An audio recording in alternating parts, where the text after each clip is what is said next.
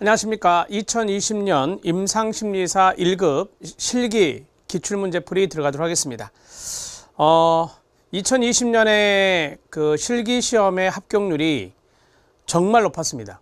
정말 이전에와 비교할 수 없을 정도로 엄청 높았는데요.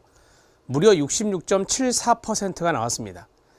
여러분들 교재 앞에 인포메이션이 있어요. 시험 정보가 있는데 거기에 보면 2020년에 필기 합격률이 80.96%입니다. 이것도 높았습니다. 그리고 실기 합격률은 66.74%인데 실기 부분이 안 적어져 있죠. 실기 그 합격률 나오기 전에 이 책이 출간되어서 응시 인원과 합격 인원이 안 써져 있습니다. 그래서 여러분들이 한번 거기에 써보시기 바랍니다. 빈 공간에. 자, 응시 밑에다가 478명, 그 다음에 합격 319명입니다. 그리고 합격률은 66.74%입니다. 그 전에 9.52, 25.2, 14.2, 8.5, 18.3 여기에 비하면 엄청난 합격률입니다. 그렇게 나온 이유가 있더라고요. 첫 번째, 좀 자랑하겠습니다. 실기 문제집이 우리 나눔북에서 작년에 나왔거든요. 그래서 2020년 시험 보기 전에 충분한 학습을 할 수 있었다. 그리고 강의도 해드렸고 거기에 대해서 좀 시너지 효과가 있었던 것 같습니다. 그리고 두 번째로는 문제가 기출문제에서 많이 나왔습니다. 이 두 가지의 요인이 바로 필기 합격률을 끌어올리고 실기 합격률을 역대급으로 끌어올렸다. 이렇게 말씀드리고 싶습니다. 결론은 이겁니다. 강의 들으면서 잘 정리하시면 됩니다. 기출문제에서 많이 나옵니다. 그 전에는 이러한 자료가 없었어요. 자료가 없었기 때문에 개별적으로 찾아서 공부를 해야 됐지만 이제는 이 교재도 나와 있고 기출문제에 대한 교재도 나와 있고 강의도 있기 때문에 그 도움으로 합격률이 못해도 50% 왔다 갔다 할 수 있을 것 같습니다. 그리고 여러분들은 충분한 전문성을 이미 갖추고 있기 때문에 어느 정도의 약간의 도움만 드린다면 하실 수 있다. 저는 이렇게 판단합니다. 2021년도 여러분들이 충분히 합격할 수 있으리라 확신합니다. 반복적으로 쓰는 연습, 어떤 단어가 포인트인지 그런 것들을 잘 보시고 심리상담과 심리검사가 거의 대부분을 차지하기 때문에 이 두 가지로 저는 나누어서 이 교재에 강의도 하고 있고 물론 이제 심리검사는 우리 조은문 교수님이 하시지만 그 저와 두 분이 나누어서 강의를 쭉 해놓은 것을 체계적으로 잘 따라와 주신다면 좋은 결과가 있을 것이다. 저는 이렇게 생각합니다. 이 정도 서론을 말씀드리고 이제 심리상담에 해당되는 문제를 보도록 하겠습니다. 2020년 임상 1급, 임상심리사 1급 실기 기출문제 심리상담 파트가 되겠습니다. 자, 4문제씩 나누어서 해보겠습니다. 1번부터 4번까지를 전반부 강의로 저는 이제 심리상담을 2개로 나누어서 앞으로 강의를 계속 해 나갈 건데요. 2020년의 기출문제에서 1번부터 4번까지 하고 그 다음에 5번부터 8번까지 해보도록 하겠습니다. 1번 문제는 비표준화된 비구조화된 면접의 단점입니다. 3가지를 쓰시오라고 했습니다. 나왔던 거 제가 말씀드립니다. 연도 2009년도에 출제 딱 한 번 됐습니다. 이런 거 써놓으시면 도움이 돼요. 자, 모범 답안입니다. 첫 번째, 임상가로서 가로 상당한 정도의 숙련된 전문성이 필요하다라고 했습니다. 이게 왜 단점일까요? 네, 비구조화된 면접이나 비표준화된 면접은 전문성이 없으면 힘들다라고 하는 겁니다. 그래서 상당한 정도의 숙련된 전문성이 필요하다 이렇게 보시면 되고요. 두 번째는 내담자에 대한 다량의 정보를 얻지 못한다라고 했습니다. 비구조화, 비표준화된 면접은요, 중요한 정보에 대해서 세부적으로 보는 거예요.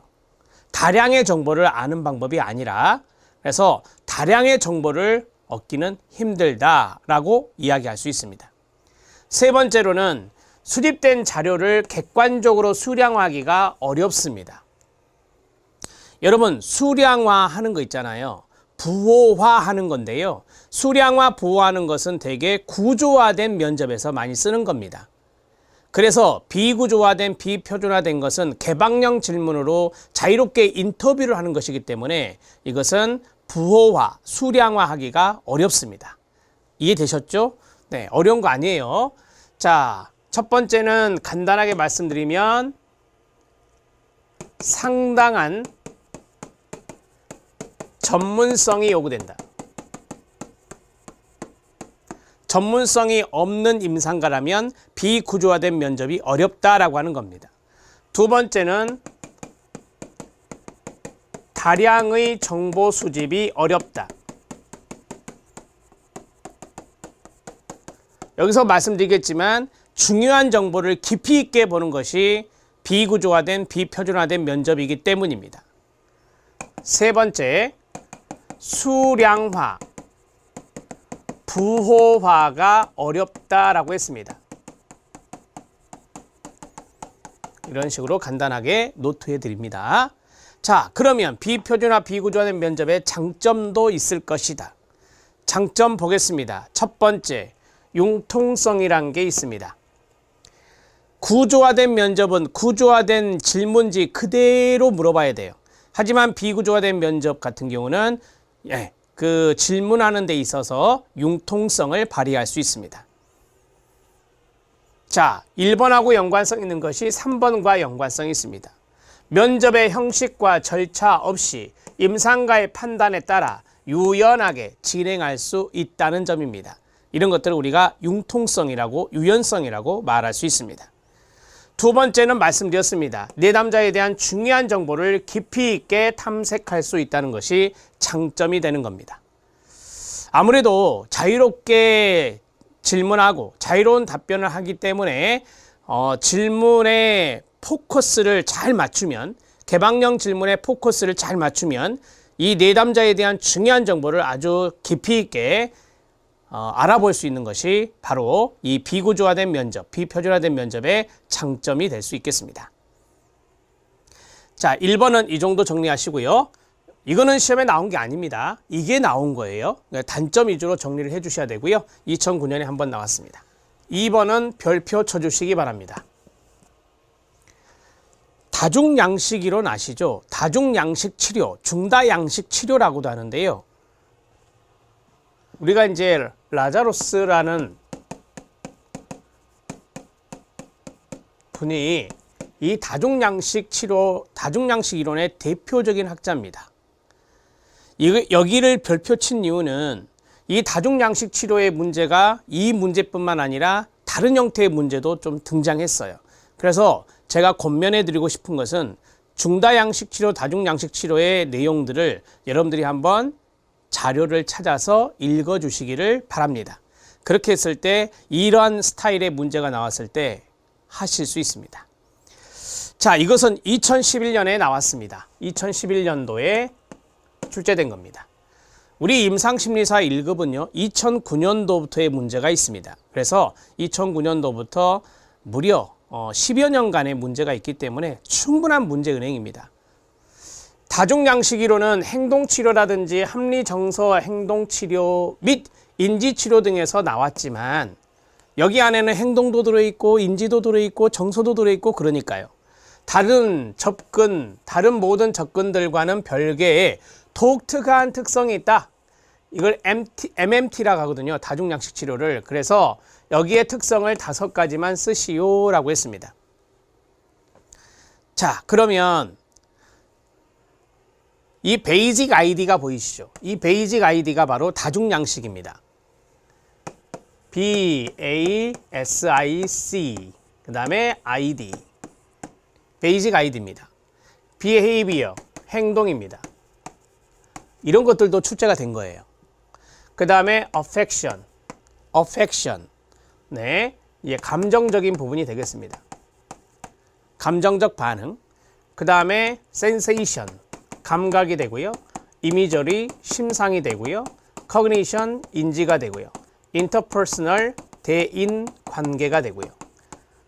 drugs, diet라고 합니다. 그래서 약물도 되고요. 그 다음에 영양이라고 하는 섭식도 되고 운동도 되고 그렇습니다. 여러 가지 요소를 포함하고 있는 생물학적인 측면이다. 이렇게 말할 수 있습니다. 베이직 아이디였습니다. 이 전체를 보는 게 중다양식이에요. 그래서 이 전체에 독특하고 포괄적인 주의를 둔다라고 했습니다. 그러니까 전체적인 측면에 주의를 둔다는 것은 거기에 관심을 갖는다라고 하는 거예요. 자, 여기 부분에 대해서 우리가 보통 다중양식 치료를 절충이라고 하기도 하고요. 그 다음에 맞춤형의 개입이다. 이렇게 정리할 수 있겠습니다. 자, 그러면 첫 번째 해결했어요. 베이직 아이디에 독특하면서도 포괄적인 주의를 기울인다. 두 번째, 2차적인 베이직 아이디 평가를 사용한다라고 했습니다. 자, 여기서 2차적이라는 말이 들어갔습니다. 2차적. 한마디로 말해서 처음에 베이직 아이디에 입각해서 어세스먼트, 사정을 했다. 그런데 조금 문제가 난국한다 그래요. 난국에 이르렀다라고 하면은 좀 이제 약간의 심각성이 보일 때,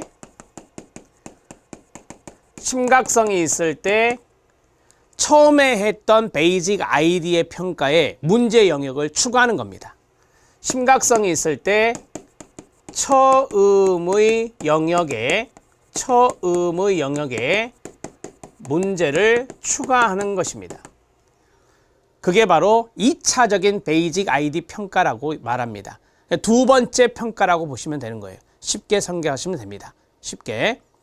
자, 예를 들어서 어떤 내담자의 인지적인 측면에 좀 문제가 있다라고 한다면, 인지적인 측면에 문제가 좀 심각성이 있다라고, 난국에 이르렀다라고 한다면 그 처음에 평가에다가 문제 영역을 더 추가해서 평가를 해보는 겁니다. 인지라는 부분을.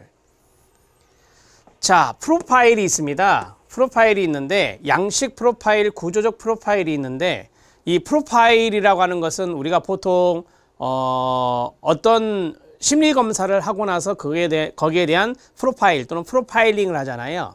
이러한 것들이 바로 분석과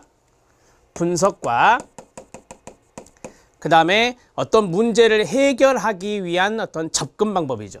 문제 해결을 위한 분석뿐만 아니라 문제 해결을 위한 접근을 우리가 프로파일이다. 이렇게 말할 수 있어요. 자, 양식 프로파일이 있습니다. 양식 프로파일. 이게 다중 양식이잖아요. 그래서 중다 양식에 해당되는 분석이 이루어지는 그것이 바로 양식 프로파일입니다. 그리고 나서 이제 쉽게 말씀드리면 내담자가 그다음 나오는 게 뭐냐면, 여기 보면 다리 놓기라는 단어가 있어요. 그 다음에 점화 순서가 있어요. 대개 이제 중다 양식 치료는 이 양식 프로파일을 아주 자세하게 섬세하게 살펴봅니다. 그렇게 해서 다리 놓기 절차를 밟아요. 다리 놓기를 하거든요. 의도적으로 다리 놓기 절차를 사용하게 되는데, 좀 다리 놓기라는 말이 좀 어려우신지는 모르겠지만, 처음에 내담자가 이야기하는 것들, 여기 안에서 여러 가지 이야기가 나올 거 아니에요. 이야기하는 것들로부터 시작을 해요. 시작을 해서 좀 더 생산적인 부분, 이 다리 놓기 절차라고 하는 것은 도움을 주는 거거든요. 내담자에게 도움을 주는 거예요. 그래서 좀 더 생산적인 영역으로 전환해 나가는 것을 다리 놓기 절차다. 이렇게 이야기할 수 있어요.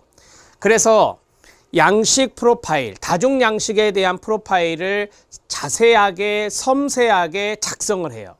작성을 해서 이 처음에 시작했던 부분에서 머물러 있지 않고 거기에 생산적인 영역으로 전환해 가는 거예요. 그게 바로 말 그대로 다리 놓기 절차예요. 그렇게 해야 내담자에게 도움이 되는 거니까.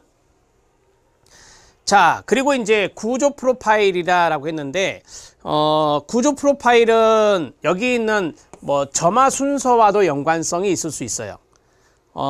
좀 구조적인 부분이다라고 생각하시면 되거든요. 그래서 여기 점화 순서는 제일 처음에 양식에 대한 점화 순서를 추적한다. 이게 추적하기 기법이거든요. 추적하기 기법이에요. 그래서 뭐 우리가 보통 인지적인 측면에 문제가 있었다. 그러면 인지적인 측면에 문제가 있으면 여기 C에 문제가 있으면 거기에 대해서 심상적인 부분, 이미지라든지 그다음에 감정이라든지 그다음에 행동이라든지 이러한 것들이 나중에 또 대인관계 문제도 가져올 수 있잖아요. 이런 것들이 이제 말 그대로 처음에 어떤 부분에 대해서 점화가 이루어지고 그것이 어떤 단계, 어떤 루트를 통해서 이렇게 옮겨가는가를 그걸 보는 것이 바로 여기 있는 추적하기가 되는 겁니다. 이해되셨죠? 그러니까 처음에 양식 프로파일은 전체적인 양식에 대해서 쭉 살펴보는 거예요. 분석을 해보는 것이죠. 그래서 어떤 것이 문제가 되는지 그리고 이제 거기에 대해서 좀 더 생산적인 영역으로 전환시키는 그러한 것들이 의도적인 다리 놓기 절차라고 하는 것이고요. 자, 그리고 이 점화는 처음에 점화가 어떤 부분에서 점화가 되었는지 좀 쉽게 말하면 뭐가 원인이 되었는지 그런 것이죠. 그렇게 해서 연쇄적으로 인지에서 정서로, 정서에서 행동으로, 행동에서 대인관계로 이런 식으로 쭉 이제 추적해 나가는 겁니다. 그렇게 해서 이제 구조적인 프로파일 이런 것들을 좀 작성해 볼 필요가 있겠죠. 지금 이야기하다 보니까 전체적으로 5가지를 다 말씀드렸어요. 이 내용들을 좀 숙지하시려면은 여러분들이 뭐 가지고 있는 전공 서적이라든지 아니면 뭐 어떤 자료가 됐든 간에 그걸 한번 정독해 주시면 도움이 될 것 같습니다. 자, 2011년에 한번 나오고 또 나왔는데요. 한마디로 말하면 다중양식 치료의 특징은 뭐냐? 첫 번째, 베이직 아이디에 입각한 독특하면서도 포괄적인 주의를 기울인다. 포괄적인 접근을 한다. 이렇게 쓰셔도 돼요. 2차적인 문제 영역이 또 추가될 수 있잖아요. 그래서 2차적인 베이직 아이디 평가를 할 수 있다라고 하는 것입니다. 이해되셨죠? 그 다음에 세 번째, 양식 프로파일과 구조적 프로파일을 사용하면서 의도적인 다리 놓기 절차를, 다리 놓기 개입이에요. 개입 방법인데 그런 방법을 사용할 수도 있고 그 다음에 말씀드린 대로 양식의 점화 순서를 쭉 추적해 나가는 추적하기 기법을 쓴다. 아셨습니까? 이렇게 해서 5가지 적으시면 되겠습니다. 자, 이제 3번 들어가도록 하겠습니다. 3번은 정말 많이 나왔어요. 이거는 별표를 2개 정도 치셔도 돼요. 많이 나온 것은 또 나올 확률이 있죠. 역순으로 가면 2019, 2017, 2014, 2013 많이 나왔죠? 2011 이렇게 출제가 되었습니다. 2020도 나왔네요. 자, 인지적 왜곡의 5가지 유형을 쓰고 설명하시오라고 했어요. 자, 그러면 여기 사례가 들어있거든요. 사례까지는 안 쓰셔도 되는 거예요. 저는 이해를 돕기 위해서 써드린 거고요. 만약에 여기서 사례를 들어 설명하시오 그러면 이 사례까지 쓰셔야 되는 거예요. 자, 그러면 첫 번째 임의적 추론이 나왔고요. 두 번째 선택적 추상화가 나왔고요. 과잉 일반화, 이분법적 사고, 의미 확대, 의미 축소가 있습니다. 저는 이제 외울 때 이렇게 외우고 있어요. 이, 극, 과, 임, 개, 선, 파. 이게 7자잖아요. 이 7가지거든요. 근데 여기는 5가지고. 자, 이게 뭐겠어요? 이분법적 사고, 이게 극대화와 극소화, 이게 과잉 일반화, 임의적 추론, 개인화, 선택적 추상화, 파국화 이렇게 해서 7가지는 저는 이렇게 외우고 있습니다. 이극과 임계선파. 자, 과잉 일반화 들어갈게요. 한두 가지 고립된 사건의 근거에서 끊어요. 자, 한두 가지 사건을 가지고 부적절하게 일반화하는 게 말 그대로 과잉 일반화예요. 그래서 일반적인 결론을 내리고 그것을 서로 관계없는 상황에 적용한다. 이게 이제 일반화라고 하잖아요. 적용하는 것을 일반화라고 하잖아요. 자, 사례 보시면 모임에서 남자들이 자신에게 말을 걸지 않을 때 나는 여성적인 매력이 전혀 없어 라고 판단하는 거. 이런 것들이 이제 과잉 일반화가 될 수 있죠.